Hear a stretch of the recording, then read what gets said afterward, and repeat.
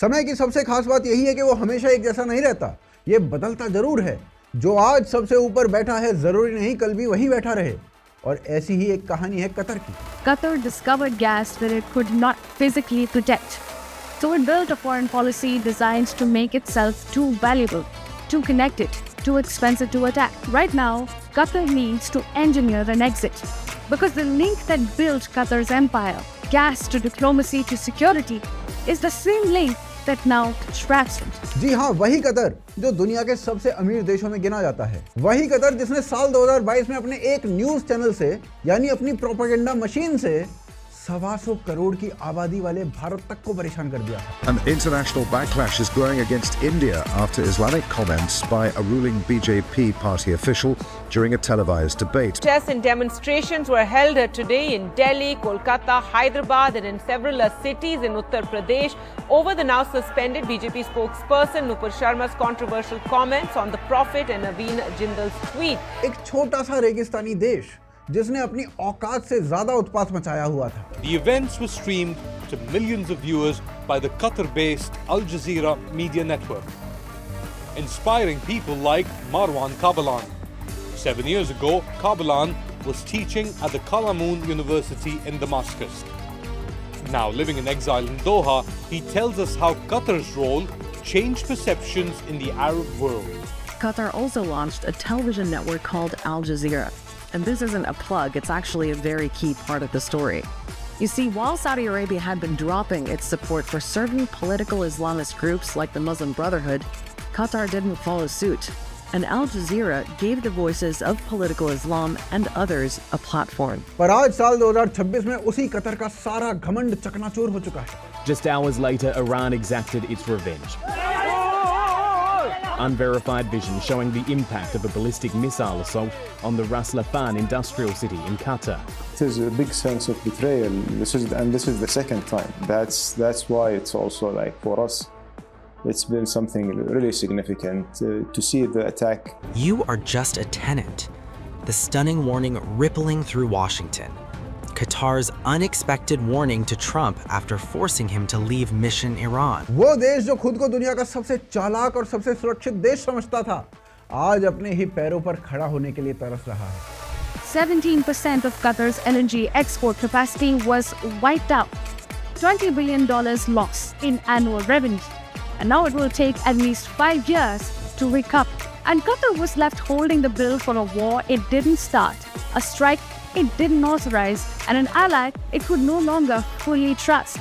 All this because Qatar made a bet that kept paying off until it did. और सबसे चौंकाने वाली बात यह है कि कतर को किसी बड़ी फौज ने नहीं हराया, कतर को हराया है खुद कतर के अपने प्लान ने। वो प्लान जिसे वो अपनी सबसे बड़ी ताकत समझता था, वही आखिर में उसकी सबसे बड़ी कमजोरी बन गया। तो सवाल अब ये उठता है कि आखिर ये हुआ कैसे? एक इतना अमीर इतना चालाक देश अपने ही बुने हुए जाल में कैसे फंस गया? आज की इस वीडियो में हम पूरी की पूरी कहानी समझेंगे, बिल्कुल शुरू से एक एक करके और बिल्कुल आसान भाषा में। हमारे साथ बनिए। देखिए, कतर का प्लान आखिर उसी पर कैसे उल्टा पड़ गया, ये समझने के लिए सबसे पहले आपको कतर की जमीन को थोड़ा सा समझना पड़ेगा। क्योंकि कतर की पूरी कहानी यानी कि उसकी ताकत भी और उसकी कमजोरी भी उसी जमीन से शुरू होती है। तो सबसे पहले ये समझिए कि कतर कितना छोटा सा देश है। कतर एक रेत से भरा हुआ और धूप से जलती हुई जमीन का छोटा सा टुकड़ा है, जो भारत के किसी एक छोटे से राज्य जितना बड़ा है। ना ही यहाँ पर कोई नदी है, ना कोई पहाड़ है, ना कोई जंगल है, और नेचर ने इस देश को ऊपर से देखने से कुछ भी नहीं दिया है। और मजे की बात यह है कि जो देश आज दुनिया के सबसे अमीर देशों में गिना जाता है, साल 1961 में उसकी पूरी आबादी सिर्फ 40,000 लोगों की थी। यानी कि पूरा का पूरा देश एक बड़े मोहल्ले जितना था और इन सब पर एक ही खानदान राज करता था जिसका नाम था अल थानी। पर इस खानदान के साथ एक अजीब सी दिक्कत थी। जब भी वहां का राजा कोई छुट्टी मनाने देश से बाहर जाता था तो पीछे से कोई ना कोई उसकी गद्दी हथियाने की कोशिश कर डालता था। मतलब कि कतार के अंदर सत्ता पलटना उतना ही आम हो गया था जितना आज की डेट में बंगाल में टीएमसी के लीडर्स की कुटाई हो गई है। और इसकी वजह बिल्कुल सीधी सी थी। कतार इतना छोटा और इतना कमजोर था कि उसकी अपनी राजनीति भी बाहर के लोग चलाते थे, कभी अंग्रेज तो कभी उसका पड़ोसी सऊदी। लेकिन फिर भी इस बेजान रेत के नीचे कतार की किस्मत पलटी मारती है। साल 1940 में दुखान नाम की जगह पर तेल निकलता है और कतार पहली बार असली पैसा देखता है। लेकिन असली खेल बदलता है 1971 में, जब कतार के हाथ नॉर्थ फील्ड लगता है और ये कोई आम चीज नहीं थी, ये धरती पर अब तक मिला सबसे बड़ा नेचुरल गैस का भंडार था। आसान भाषा में कहें तो कतर के हाथ जमीन के नीचे छुपा हुआ पूरा सोने का पहाड़ लग गया था। पर यहीं पर एक प्रॉब्लम भी छुपी हुई थी, क्योंकि दुनिया के सबसे बड़ा गैस का रिजर्व पूरा का पूरा कतर का है ही नहीं। क्योंकि जिस रिजर्व को कतर अपना नॉर्थ फील्ड कहता है, ठीक उसी रिजर्व को, उसी भंडार को उसका पड़ोसी ईरान अपना साउथ पार्स कहता है। यानी कि एक ही खजाना बीच समंदर में खिंची हुई एक पतली सी लकीर से बटा हुआ था, आधा कतर के हिस्से में और आधा ईरान के हिस्से में। और दोनों ही देश सदियों से एक दूसरे के दुश्मन हैं, शिया सुन्नी जैसे मुद्दों को लेकर। यानी कतर की पूरी दौलत उस पानी के नीचे दबी हुई है जिसे वो अपने सबसे खतरनाक पड़ोसी ईरान के साथ शेयर करता है। और ईरान उसका एक ऐसा पड़ोसी है जो किसी भी दिन उसका खुला दुश्मन बन सकता है। और मुसीबत सिर्फ यहीं खत्म नहीं होती है। कतार की ये गैस जब टैंकरों में भरकर दुनिया को बेची जाती है तो उसे एक बहुत ही पतली सी समुद्री गली से होकर गुजरना पड़ता है, और उस गली का नाम है स्ट्रेट ऑफ हॉर्मूज। अब इस स्ट्रेट ऑफ हॉर्मूज की क्या इंपॉर्टेंस है ये ऑलरेडी आपको पता चल चुका होगा, लेकिन इस गली के ठीक ऊपर बैठा है ईरान।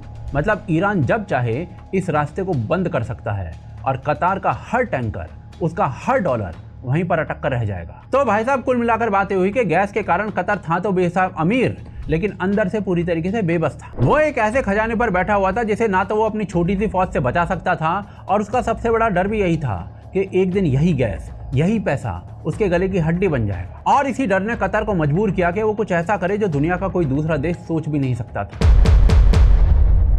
देखिए, दुनिया के हर छोटे और अमीर देश के सामने बस दो ही रास्ते होते हैं। पहला रास्ता ये कि किसी बड़ी ताकत की छतरी के नीचे आकर खड़े हो जाओ और बदले में उसकी हर बात मानते रहो। और दूसरा रास्ता ये कि इतने सारे अलग अलग दोस्त और इतनी सारी ताकत को जमा कर लो कि कोई दूसरा देश अकेले तुम्हें धमका ना सके। ज़्यादातर देश पहला यानी आसान वाला रास्ता चुनते हैं, पर कतर ने दूसरा यानी सबसे खतरनाक और सबसे मुश्किल रास्ता चुना। और इसकी ना एक खास वजह भी थी। सालों तक कतर की हिफाजत सऊदी अरब के भरोसे चलती थी। सऊदी उसका बड़ा भाई था, उसका रखवाला था, पर बड़े भाई की एक ही शर्त थी कि हर मामले में उसकी हाँ में हाँ मिलाता रहे, चाहे बात ईरान की हो, इजराइल की हो या फिर मुस्लिम ब्रदरहुड की हो, सब में हाँ करना है। फिर आया साल 1995 1995 और कतर का पूरा खेल बदल गया। हमद बिन खलीफा अल थानी, उसने अपने ही पिता से सत्ता छीन ली, और छीनी भी तब जब उसके पिताजी छुट्टी मनाने बाहर गए थे। कतर की पुरानी परंपरा यहाँ भी पूरी तरीके से निभाई गई, पर इस बार सऊदी अरब इस बदलाव से इतना घबरा गया कि उसने तुरंत इस सत्ता पलट को उल्टा करने की साजिश रच दी। पर ये जो नाकामी थी, इस नाकामी ने कतर के दिमाग में एक बात हमेशा के लिए बिठा दी, सऊदी पर अब कभी भरोसा नहीं किया जा सकता। और यहीं से हमद ने अपनी जिंदगी का सबसे बड़ा फैसला लिया। कतर ने अब ठान लिया था कि वो अब इतने सारे अलग अलग हथियार बनाएगा कि दुनिया की कोई एक ताकत तो उसे अकेले नहीं झुका सकेगी। और यहीं से जन्म होता है आज तक की सबसे चालाक फॉरेन पॉलिसी प्लान का। अब ये जो प्लान था, इसमें 4 बड़े हथियार थे, और ये हथियार ध्यान से समझना, क्योंकि ये 4 हथियार आगे चलकर कतर के कत्ल का जिम्मेदार बनेंगे। तो पहला हथियार था अल जजीरा। साल 1996 में कतर ने अपने पैसे से एक न्यूज़ चैनल खड़ा किया और उसे इंडिपेंडेंट जर्नलिज्म का नाम दिया। पर असल में ये जर्नलिज्म नहीं था, ये एक प्रोपेगेंडा मशीन था। एक ऐसी प्रोपेगेंडा मशीन जिसका एक ही काम था, दुनिया भर में अपने मतलब की आग लगाना, अपने मजहब की आग लगाना। ये चैनल खुलकर एक खतरनाक सोच का प्रचार करता था जिसे पॉलिटिकल इस्लाम कहते थे। इस चैनल ने मुस्लिम ब्रदरहुड जैसे कट्टर संगठनों को और कई ऐसे कट्टरपंथी चेहरों को खोलकर अपना मंच दिया जिन्हें दुनिया के कई देश आतंक का समर्थक कहते थे। इनफैक्ट इनके खुद के कई जर्नलिस्ट आतंकवादी थे। और इस पॉलिटिकल इस्लाम की आग की मार खुद हमारे भारत ने भी झेली है। साल 2022 में नुपुर शर्मा वाला मामला याद कीजिए। एक छोटी सी बात को इसी कतर की मीडिया ने और इसके दोस्तों ने ऐसा उठाया कि पूरी दुनिया में आग की तरह फैला दिया। बाकायदा बॉयकॉट इंडियन प्रोडक्ट्स तक का हैशटैग चलने लगा था। कतर ने भारत के राजदूतों को बुलाकर खड़ा कर दिया और सरेआम माफी की मांग रख दी। और तो और कई जानकारों और रिपोर्टों का मानना यह है कि भारत के अंदर उस माहौल को भड़काने में जो आगे चलकर कई शहरों में दंगे तक पहुंच चुका था, इसी प्रोपेगेंडा मशीन का भी हाथ था।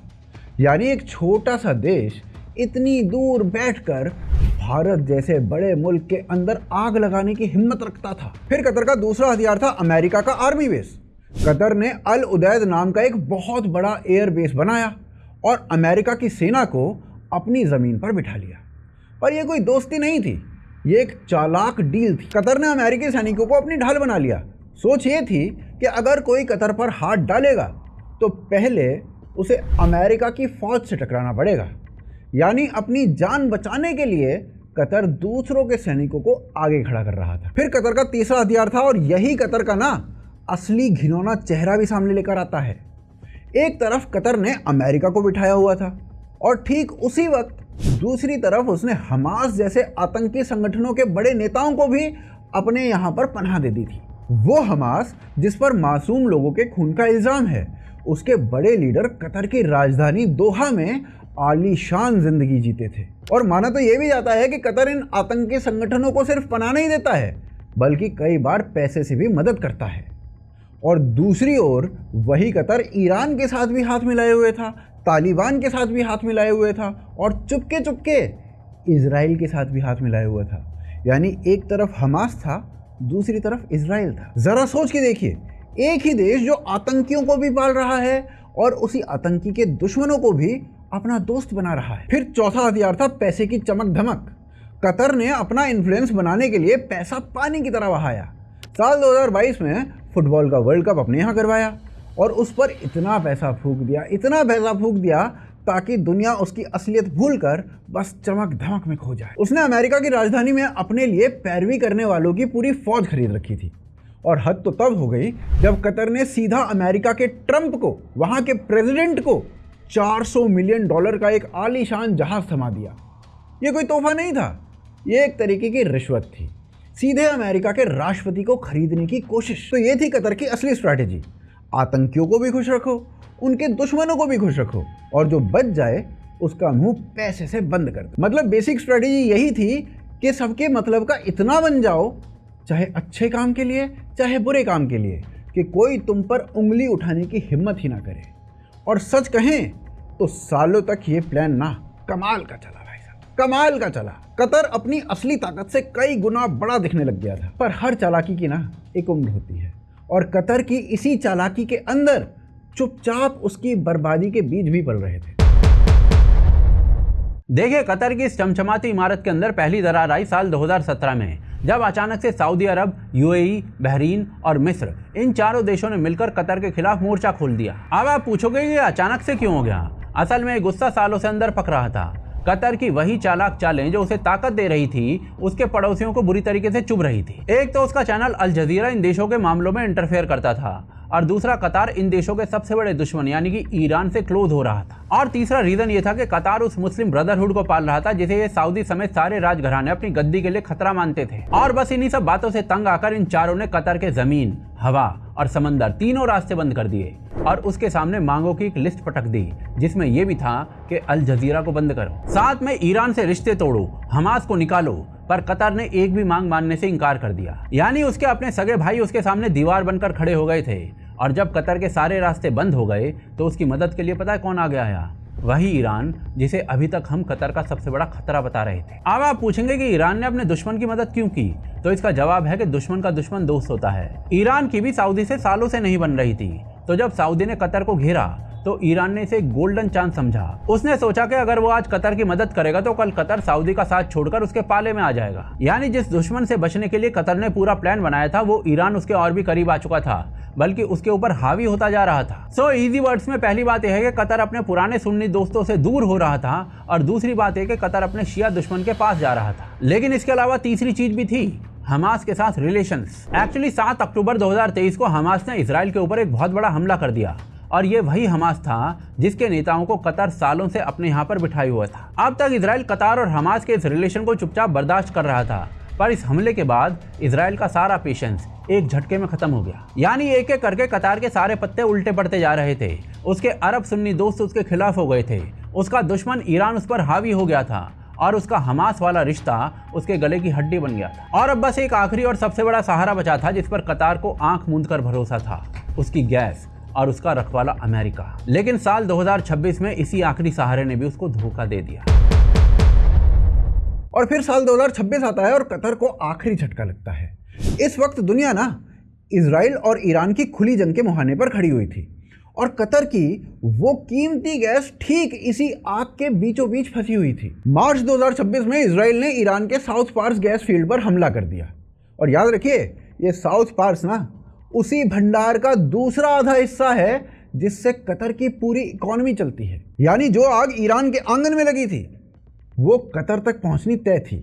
और अब देखिए, कतर के दो सबसे बड़े सहारे उसी पल में उसके दो सबसे बड़े दुश्मन बन चुके थे। पहला उसकी गैस और ईरान, जिस ईरान को कतर ने ब्लॉकेड के दिनों में अपना मसीहा मान लिया था और जिसके साथ वो अपनी गैस बांटता था। अब वही ईरान कतर के सीने पर वार करने वाला था। 18 मार्च 2026 को 18 मार्च 2026 को ईरान ने सीधे कतर के रास लाफान पर हमला बोल दिया, जो दुनिया का सबसे बड़ा गैस टर्मिनल है। और कतर का दूसरा दुश्मन बन गया कौन? अमेरिका, जो उसका रखवाला था। जिस अमेरिका को कतर ने अपनी ज़मीन दी, अपना पैसा दिया, यहाँ तक कि $400 मिलियन का जहाज तक दे दिया। यही अमेरिका तो इस पूरी जंग की जड़ था। जिस बॉडीगार्ड को कतर ने अपनी सुरक्षा के लिए रखा था, उसी बॉडीगार्ड ने कतर को आग में धकेल दिया था। और तो और बिल भी उसी के सर पर फोड़ दिया था। अब ज़रा इस हमले का नुकसान सुनिए। इस एक हमले में कतर की करीब 17% गैस बेचने की ताकत खत्म हो गई। हर साल के करीब $20 अरब, 20 अरब डॉलर्स सीधे डूब गए।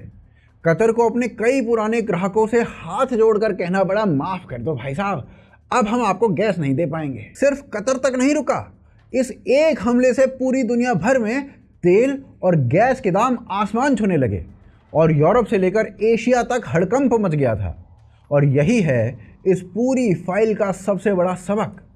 कतर ने अपना पूरा घर दूसरों की बैसाखियों पर खड़ा तो कर लिया था, और जिस दिन वो बैसाखियां हटी, कतर धड़ाम से ज़मीन पर गिर गया। क्योंकि कतर के पास अपनी कोई असली ताकत थी ही नहीं।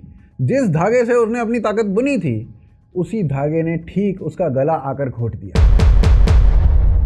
अब देखिए, यहाँ पर एक सवाल आपके मन में जरूर आ रहा होगा कि कतर ने सबके साथ रिलेशंस बनाकर रखने की सोची, और ठीक एग्जैक्टली यही चीज़ आज भारत भी अपनाता हुआ दिखता है आपको। तो फिर कतर मुसीबत में क्यों है और भारत क्यों नहीं है? देखिए, कतर ने ईरान समेत सबसे दोस्ती तो की थी, पर वो दोस्ती उसकी मजबूरी से निकली थी। उसके पास ना कोई अपनी बड़ी फौज थी, ना कोई अपनी असली ताकत थी। उसकी सारी दोस्ती बस पैसे और जुगाड़ पर टिकी हुई थी। तो सीधी सी बात है कि जिस दिन पैसा और जुगाड़ काम आना बंद हो गया, उसी दिन उसके पैरों के नीचे से जमीन खिसकने लग गई, क्योंकि नीचे कोई असली जमीन थी ही नहीं। अब इसके मुकाबले आप भारत को देखिए। भारत आज एक साथ रूस का भी दोस्त है और अमेरिका का भी। वो इजराइल के साथ भी हाथ मिलाता है और फिलिस्तीन के साथ भी। उसी के साथ वो ईरान का भी दोस्त बना रहता है और अरब देशों का भी। अमेरिका लाख दबाव डाले, फिर भी भारत रूस से जब चाहता है अपने फायदे का सस्ता तेल खरीद लेता है। लेकिन भारत की ये दोस्ती कतर की तरह कमजोरी से नहीं निकलती है, ये भारत की ताकत से निकलती है। भारत के पास अपने आर्म्ड फोर्सेस हैं, 125 करोड़ का अपना बाजार है और दुनिया की सबसे तेजी से बढ़ती हुई इकोनॉमी है। और इसीलिए भारत किसी की छतरी के नीचे नहीं खड़ा है, भारत खुद एक छतरी है। वो सबसे दोस्ती इसलिए करता है क्योंकि वो ऐसा करना चाहता है, इसलिए नहीं कि उसे मजबूरी में ऐसा करना पड़ता है। और बस यही एक डिफरेंस एक देश को कतर बना देता है और दूसरे को भारत। बाकी जियोपॉलिटिक्स के अंदर स्थितियां रोज बदलती हैं। तो आप कतर की आज की स्थिति के बारे में क्या सोचते हैं, हमें कमेंट्स के माध्यम से आप बता सकते हैं। चैनल को सब्सक्राइब कीजिए और वीडियो को शेयर अवश्य कीजिए। साथ ही साथ हमें सपोर्ट कर सकते हैं patreon.com और UPI के माध्यम से। इसके अलावा स्क्रीन पर जो दूसरा वीडियो इस समय आपको दिख रहा है उसको जरूर देखिए। पुनः मिलते हैं अगले एपिसोड में।